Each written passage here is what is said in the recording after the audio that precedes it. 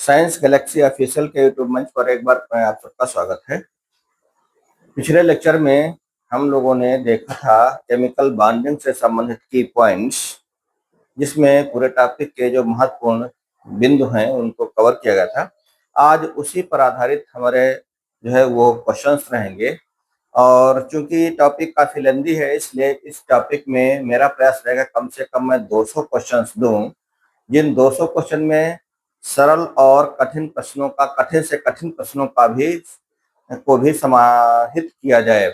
कारण यह है कि क्योंकि कुछ ऐसा देखने में आता है, कभी कोई पेपर आसान होता है, कभी कोई पेपर कठिन होता है। तो जब पेपर आसान होता है तब ये लगता है कि हमने आसान तो पढ़ा ही नहीं। इसलिए मेरा प्रयास रहेगा पूरे हर टाइप के क्वेश्चन को यहाँ पर कवर किया जाए। तो सरल से कठिन की ओर चलते हैं और आज देखते हैं इसका क्वेश्चन से संबंधित हमारा पहला वीडियो इस टॉपिक से रासायनिक आबंधन का। तो यहाँ पर आज का पहला क्वेश्चन है हमारे पास कि रासायनिक आबंधन बनने का मुख्य कारण क्या है। तो मैंने इससे पिछले वीडियो में बताया था आपको कि रासायनिक आबंधन बनने का मुख्य कारण ये है कि तत्व स्थायी रचना ग्रहण करना चाहते हैं और स्थायी रचना के लिए इलेक्ट्रॉनिक विन्यास प्राप्त करते हैं। बी इसका राइट आंसर रहेगा। बाकी जो 4 पार्ट दिए हैं इसमें परमाणु का द्रव्यमान का बढ़ना, ये भी बात सही नहीं, नाभिक का आकार का बढ़ना, न्यूट्रॉन की संख्या बढ़ना, ये पार्ट्स इसके सही नहीं है। सही पार्ट्स रहेगा पार्ट नंबर बी, अधिक स्थायी इलेक्ट्रॉनिक विन्यास प्राप्त करना। इसके बाद में क्वेश्चन नंबर 2 कहता है कि निम्नलिखित में किसमें आयनिक बंध पाया जाता है। तो H2 में आपने देखा था, इसको हमने एग्जाम्पल करके बताया भी था कि हाइड्रोजन और हाइड्रोजन बाहरी कक्षा में एक एक इलेक्ट्रॉन होता है, तो इसमें तो एक एक का साझा कर लेते हैं और सहसंयोजक बंध बन जाता है, सिंगल बॉन्ड। Cl2 में भी सहसंयोजक बंध बन जाता है, CH4 भी सहसंयोजक बंध बनाता है।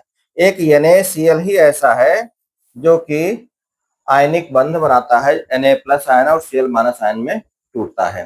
ठीक है, अब यहाँ पर अगला क्वेश्चन है क्वेश्चन नंबर 3। क्वेश्चन नंबर 3 कहते हैं Na+ आयन का इलेक्ट्रॉनिक विन्यास किसके समान है। तो सोडियम का जो एटॉमिक नंबर होता है वो 11 होता है। जब 11 का मतलब हो जाता है 2 8 1, तो जब Na+ बनता है इसका मतलब ये वाला इलेक्ट्रॉन निकल जाता है और इसमें इलेक्ट्रॉन बचते हैं 2, 8। बाहरी कक्षा में 8 इलेक्ट्रॉन। तो फिर कहते हैं कि ये किसके और समान है। यहाँ पर जो हम बी पार्ट देख रहे हैं, बी पार्ट में नियान का एटॉमिक नंबर 10 होता है, और 10 का जब हम इलेक्ट्रॉनिक विन्यास बनाएंगे तो 2, 8 सोडियम का भी है, 2, 8 नियान का भी है, इसलिए ये नियान के समान है। तो बी पार्ट इसका राइट आंसर रहेगा। इसके बाद में हम लोग आगे बढ़ते हैं, क्वेश्चन नंबर 4 देखते हैं। क्वेश्चन नंबर 4 कहता है कि बताइए आयनिक आबंध मुख्यतः किसके मध्य बनता है। तो 2 अधातुओं के मध्य ऐसा नहीं होता है, 2 धातुओं के मध्य ऐसा भी नहीं होता, धातु एवं अधातु के मध्य। आपने NaCl का उदाहरण देखा, NaCl में सोडियम धातु थी और क्लोराइड जो था वो अधातु है। तो धातु और अधातु के बीच ही क्यों बनता है, उसके पीछे कारण है कि धातुओं का स्वभाव इलेक्ट्रॉन त्याग करना और अधातुओं का स्वभाव इलेक्ट्रॉन को ग्रहण करना होता है, और आयनिक बंध इसी फार्मूले से बनते हैं, एक का स्वभाव इलेक्ट्रॉन त्यागना और दूसरे का स्वभाव इलेक्ट्रॉन ग्रहण करना, इसलिए सी इसका राइट आंसर रहेगा। अगला है क्वेश्चन नंबर 5। क्वेश्चन नंबर 5 कहता है जालक ऊर्जा का मान अधिक होने पर आयनिक यौगिक की स्थिरता सामान्यतः बढ़ जाती है। ठीक, अगला क्वेश्चन है निम्नलिखित में से किस यौगिक का गलनांक अधिक होने की संभावना है। देखिए यौगिक है NaCl जो कि ये आयनिक बंध बनाता है, CH4 सहसंयोजक, CO2 सहसंयोजक, H2S सहसंयोजक। तो जो आयनिक बंध बनाता है, हमने पिछले उसमें बताया था कि आयनिक बंध बनाने वाले यौगिकों के गलनांक एवं क्वथनांक उच्च होते हैं, इसलिए NaCl इसका सही उत्तर रहेगा। NaCl माने ए पार्ट इसका सही उत्तर रहेगा। अगला है क्वेश्चन नंबर 7। फैजान के नियम मुख्यतः किससे संबंधित हैं। फैजान के नियम सहसंयोजक यौगिकों की ध्रुवण प्रवृत्ति पर निर्भर करते हैं। सहसंयोजक यौगिकों की ध्रुवण प्रवृत्ति पर निर्भर करते हैं। तो इसका राइट आंसर रहेगा ए। अगला, छोटे तथा उच्च आवेश वाले धनायन की ध्रुवण शक्ति कैसी होती है? तो छोटे और उच्च आवेश वाले धनायनों की ध्रुवण शक्ति सबसे क्या होती है? अधिक होती है। जितना आयन छोटा होगा ध्रुवण शक्ति उसकी उतनी ही अधिक होती है। इस बात को ध्यान रखेंगे। दूसरी बात अब यहां पर यह है, देखिए इसी से संबंधित क्वेश्चन अगला है, निम्नलिखित में से किस आयन की ध्रुवण शक्ति सर्वाधिक होगी? तो एक तो डिपेंड करेगा कि उस पर कितना चार्ज है। अगर किसी पर ज्यादा चार्ज है, जैसे सोडियम और पोटेशियम पर एक एक चार्ज ही है, लेकिन मैग्नीशियम और कैल्शियम Mg पर भी 2 प्लस का चार्ज है और कैल्शियम पर भी 2 प्लस चार्ज है। तो उस केस में क्या होता है कि जिसका आकार छोटा होगा, छोटा आकार, तो दो बातें होती हैं, एक तो छोटा आकार हो और दूसरा उच्च आवेश हो। तो उच्च आवेश किसमें किसमें है? कैल्शियम और मैग्नीशियम में। लेकिन आकार किसका छोटा है? मैग्नीशियम का। कैल्शियम का आकार बड़ा हो जाता है। तो मैग्नीशियम का आकार छोटा होने के कारण ध्रुवण शक्ति मैग्नीशियम की सबसे ज्यादा होगी, इसलिए बी इसका राइट आंसर है।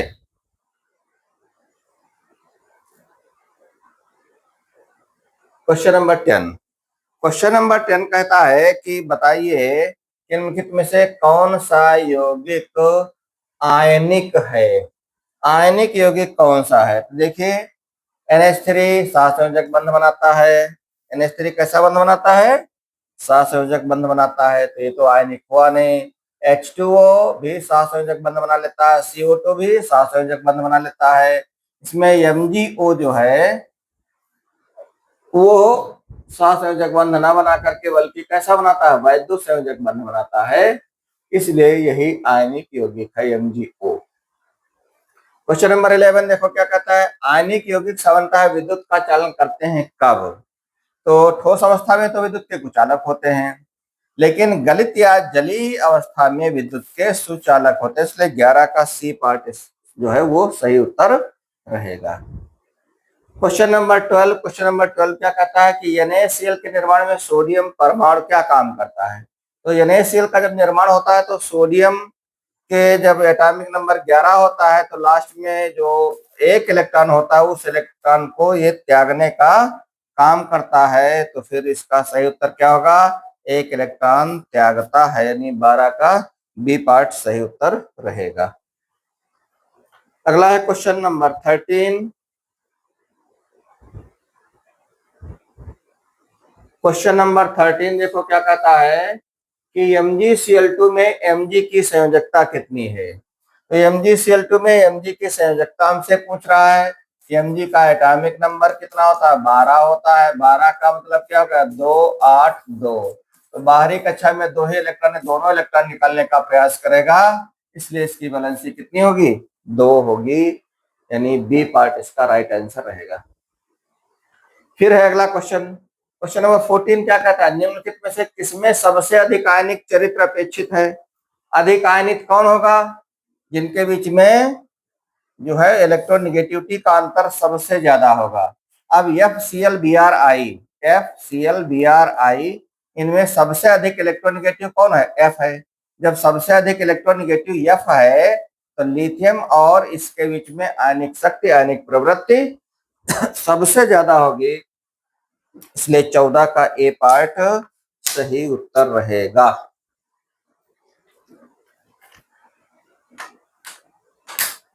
क्वेश्चन नंबर 15 में कहते हैं कि बॉर्न हाइबर चक्र का उपयोग सामान्यतः किसके निर्धारण में किया जाता है? इसका उपयोग वास्तव में जालक ऊर्जा के निर्धारण में किया जाता है, जालक ऊर्जा। तो जालक ऊर्जा इसका राइट आंसर रहेगा। Question number 16। क्वेश्चन नंबर 16 कहते हैं कि किसी आयनिक यौगिक की जालक ऊर्जा बढ़ती है, कब बढ़ती है? जब आयनों के बीच की दूरी क्या होगी? जब आयनों के बीच की दूरी बढ़ेगी तब होगा या घटेगी तब होगा? तो वास्तव में जब आयनों के बीच की दूरी घटती है उस समय जालक ऊर्जा बढ़ जाया करती है, तो इसका बी पार्ट सही उत्तर रहेगा। अगला, निम्नलिखित में से किसमें आयनिक एवं सहसंयोजक दोनों चरित्र पाए जाते हैं? देखिए Cl2 की बात करें तो इसमें तो केवल सहसंयोजक बंध होते हैं, H2 में भी सहसंयोजक बंध होते हैं, इसमें केवल आयनिक बंध पाए जाते हैं Na+ और Cl-। एक NH4Cl ऐसा है जिसमें आयनिक बंध भी होते हैं और सहसंयोजक बंध भी होते हैं। ठीक है, तो NH4Cl वास्तव में NH4+ बनाएगा और Cl- बनाएगा। अब जो NH4+ है उसमें NH3 और H+ जुड़ा हुआ होता है, तो NH3 में सहसंयोजक बंध भी है। तो सहसंयोजक, उपसहसंयोजक और आयनिक तीनों प्रकार के वास्तव में इसमें बंध पाए जाते हैं, तो ये उसका सही उत्तर रहेगा बी पार्ट, 17 का बी। इलेक्ट्रॉन त्यागने की प्रवृत्ति किसमें सबसे अधिक होगी? इलेक्ट्रॉन त्यागने की प्रवृत्ति किसमें सबसे अधिक होगी? यह प्रवृत्ति किससे संबंधित है? इलेक्ट्रॉन त्यागने की प्रवृत्ति किससे संबंधित है? ये विद्युत ऋणात्मकता से संबंधित है, या फिर आयनीकरण ऊर्जा से संबंधित है, या फिर इलेक्ट्रॉन बंधुता से संबंधित है, या नाभिकीय स्थिरता से संबंधित? तो इसका सही उत्तर रहेगा बी, आयनीकरण ऊर्जा से संबंधित होता है इलेक्ट्रॉन त्यागने की प्रवृत्ति। Question number 19।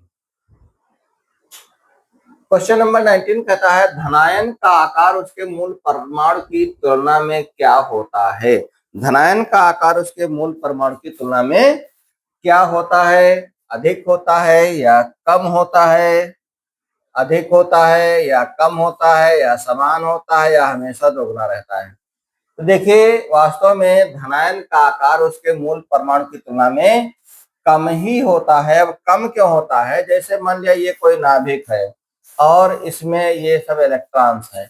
अब मान लिया ये धनायन होता है, तो धनायन का मतलब इसमें से इलेक्ट्रॉन निकलेगा। जब इलेक्ट्रॉन निकलेगा तो बचेगा, यानी आकार छोटा हो जाता है परमाणु। क्यों? क्योंकि अट्रैक्टिव फोर्स बढ़ जाता है, नाभिक का आकर्षण बल, नाभिक पर आकर्षण, नाभिक का आवेश बढ़ जाता है।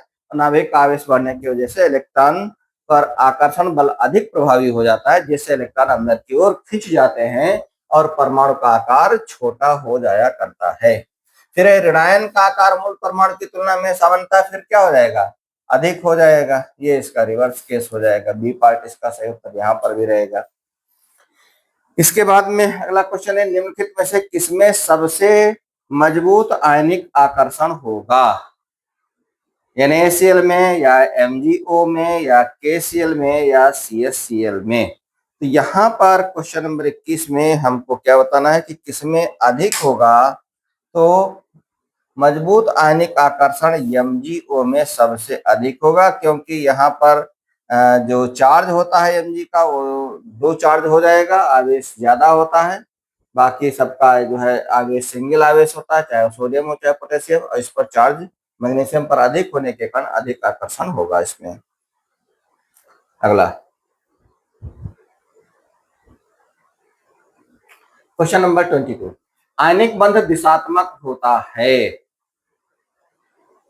आयनिक बंध की दिशात्मकता, अच्छा सर, आयनिक बंध की दिशात्मकता जो है वो बहुत अधिक होती है, नहीं होती है, केवल गैसों में होती है, केवल जल में होती है? भाई आयनिक बंधों में दिशात्मकता नहीं होती है। आयनिक बंध जो होते हैं उनमें कोई दिशा का होना आवश्यक नहीं होता है, नॉन डायरेक्शनल होते हैं, इसलिए बी पार्ट इसका सही उत्तर रहेगा।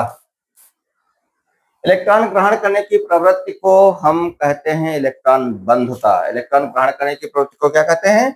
इलेक्ट्रॉन बंधुता कहते हैं। ये इसका राइट आंसर रहेगा। फिर है उत्कृष्ट गैसों की रासायनिक निष्क्रियता का प्रमुख कारण क्या है? उत्कृष्ट गैसें जितने भी होती हैं, helium, neon, argon, krypton, xenon, radon, इन सभी गैसों की बाहरी कक्षा में कितने होते हैं? 8 इलेक्ट्रॉन होते हैं, यानी उनका अष्टक पूरा होता है, यानी उनका संयोजी कोष भरा होता है। उनका संयोजी कोष भरा होता है। अगला क्वेश्चन है आयनिक यौगिकों में बंध का स्वरूप मुख्यतः कैसा होता है? तो आयनिक यौगिक कब बनते हैं? जब इलेक्ट्रॉन का क्या होता है?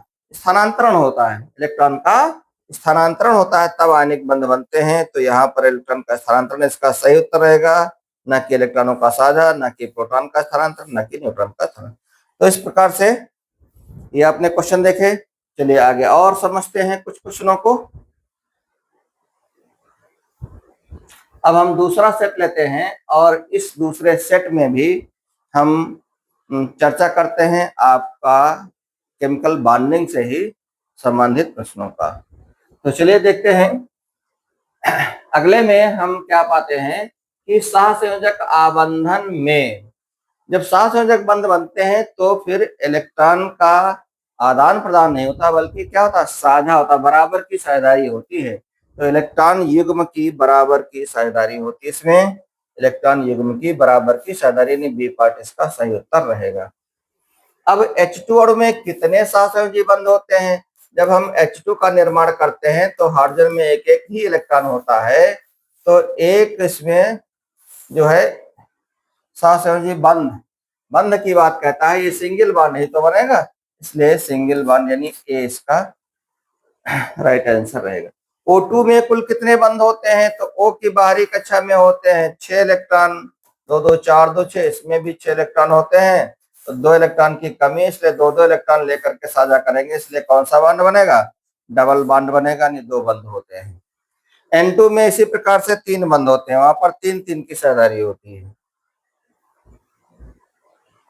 अगला, हाँ ये भी क्वेश्चन अपने में महत्वपूर्ण है। क्वेश्चन नंबर 5 कि N2 में कितने पाई बंध होते हैं? अब जब N2 का निर्माण होता है तो बनता है N ट्रिपल बॉन्ड N, और हमने आपको बताया है कि जब ट्रिपल बॉन्ड हो तो उसमें एक सिग्मा और 2 पाई बंध होते हैं।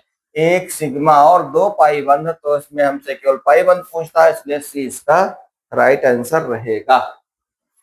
फिर है अगला क्वेश्चन, CH4 में कैसा संकरण होता है? CH4 में sp3 संकरण होता है, क्योंकि इसमें कोई भी अनपेयर्ड इलेक्ट्रॉन नहीं होते हैं, कोई भी अनपेयर्ड इलेक्ट्रॉन नहीं होते हैं, और 4 सिग्मा बंध होते हैं, 4 सिग्मा बंध होते हैं, कोई भी अनपेयर्ड इलेक्ट्रॉन नहीं होता है, संकरण होता है sp3। BF3 में कैसा संकरण होता है? तो BF3 में होता है sp2 संकरण, बोरान ट्राइफ्लोराइड। बोरान ट्राइफ्लोराइड में sp2 संकरण होता है, इसमें 3 बॉन्ड हैं और 3 सिग्मा बॉन्ड होते हैं, कोई भी लोन पेयर नहीं है, sp3 संकरण होता है इसमें। अगला क्वेश्चन है, BeCl2 में Be का संकरण कैसा है? BeCl2 में Be में संकरण पाया जाता है sp संकरण, sp संकरण, क्योंकि इसकी रेखीय प्रकृति होती है। इसकी प्रकृति कैसी होती है? रेखीय होती है।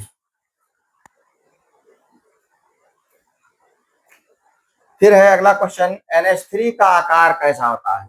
NH3 में क्या होता है? अगर हम NH3 के अणु की संरचना बनाए तो फिर जल्दी से हम लोग देखते हैं। नाइट्रोजन में एक लोन पेयर होता है, 3 हाइड्रोजन होते हैं, 3 हाइड्रोजन होते हैं। इस लोन पेयर Lp की वजह से जो है वो इसका क्या नाम बढ़ जाता है, इसमें प्रतिकर्षण बढ़ जाता है, रिपल्सन बढ़ जाता है, और इसकी प्रकृति त्रिकोणीय हो जाती है। तो इसका जो 9 का क्वेश्चन नंबर, ये पिरामिड जैसा बन जाता है, तो त्रिकोणीय पिरामिडीय इसकी प्रकृति होती है। ठीक, ये इसका सही उत्तर रहेगा। अगला है H2O का आकार कैसा होता है? H2O V आकार का हो जाता है, इसमें भी लोन पेयर्स पाए जाते हैं इस वजह से, और 2 सिंगल बॉन्ड होते हैं और लोन पेयर भी पाए जाते हैं, 2 लोन पेयर हो जाते हैं, प्रतिकर्षण बढ़ जाता है और V आकार इसका हो जाता है। तो H2O का आकार V आकार का होता है, इस बात को ध्यान रखेंगे। CH4 का बंध लगभग कैसा होता है? तो 109 अंश 28 मिनट या 109.5 अंश होता है, ये कई बार आप लोगों ने पढ़ा है।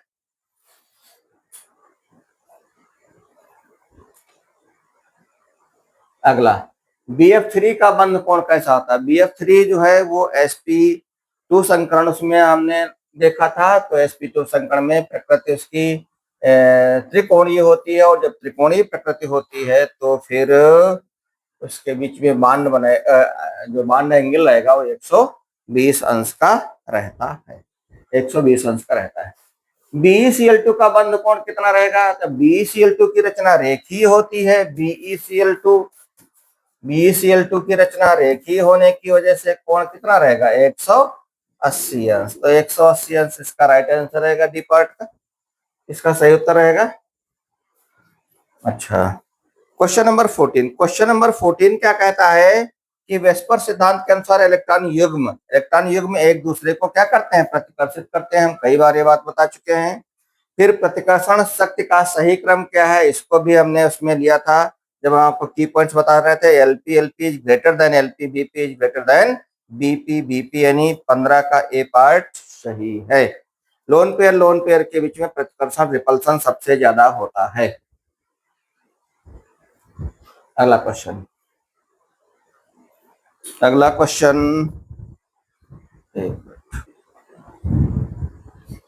हाँ, अगला क्वेश्चन है नाइट्रोजन पर कितने लोन पेयर्स होते हैं? NH3 पर कितने लोन पेयर्स होते हैं? तो NH3 का मतलब क्या हो जाएगा? देखिए, नाइट्रोजन की बाहरी कक्षा में होते हैं 5 इलेक्ट्रॉन। ये हमने नाइट्रोजन का बना दिया, 5 इलेक्ट्रॉन होते हैं इसकी बाहरी कक्षा में, और इसमें 3 जुड़े हुए हैं हाइड्रोजन। 3 हमने हाइड्रोजन जोड़ दिए हैं, ये हाइड्रोजन जुड़ गए हैं इससे। अब क्या होगा? हाइड्रोजन का एक इलेक्ट्रॉन। अब ये क्या होता है? ये बैलेंस और इसके पास एक लोन पेयर बच जाता है। तो इसमें लोन पेयर यानी एक इलेक्ट्रॉन कितने होंगे? एक। बी पार्ट इसका सही उत्तर रहेगा। अगला है CO2 का आकार कैसा होता है? CO2 का जो आकार होता है वो लीनियर होता है, रैखिक होता है। क्यों रैखिक होता है? क्योंकि C डबल बॉन्ड O और डबल बॉन्ड O, तो रेखीय प्रकृति होती है। ठीक, अगला क्वेश्चन है 19 कहता है CO2 में कार्बन का संकरण कैसा है? sp संकरण। रेखीय प्रकृति होती है तो sp संकरण होता है।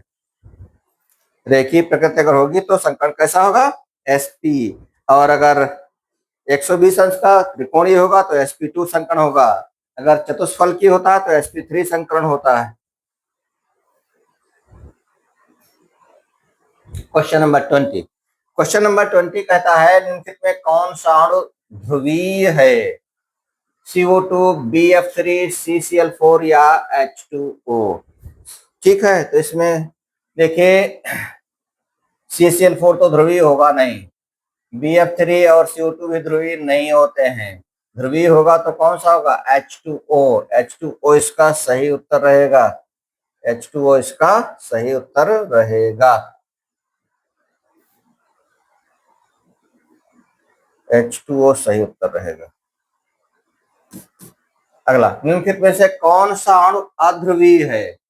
अध्रुवीय, H2O तो ध्रुवीय होता है, HCl भी ध्रुवीय होता है। ठीक, और जो आपका CO2 है, CO2 कैसा होता है? अध्रुवीय होता है। NH3 भी ध्रुवीय होता है, तो CO2 इसका सही उत्तर रहेगा। CO2 इसका यानी 21 का C पार्ट सही उत्तर रहेगा। त्रिबंध, अच्छा द्विबंध में होते हैं। जब द्विबंध होते हैं तो हमने आपको बताया था द्विबंध में एक सिग्मा होता है, एक पाई होता है, तो इसका फिर सही उत्तर क्या रहेगा? द्विबंध में होते हैं एक सिग्मा और एक पाई, सी पार्ट इसका सही उत्तर रहेगा। अगला, त्रिबंध में क्या होता है? त्रिबंध में हमने आपको बताया कि एक सिग्मा और दो पाई बंध होते हैं, तो एक सिग्मा 2 पाई, यानी इसका भी सी पार्ट सही रहेगा।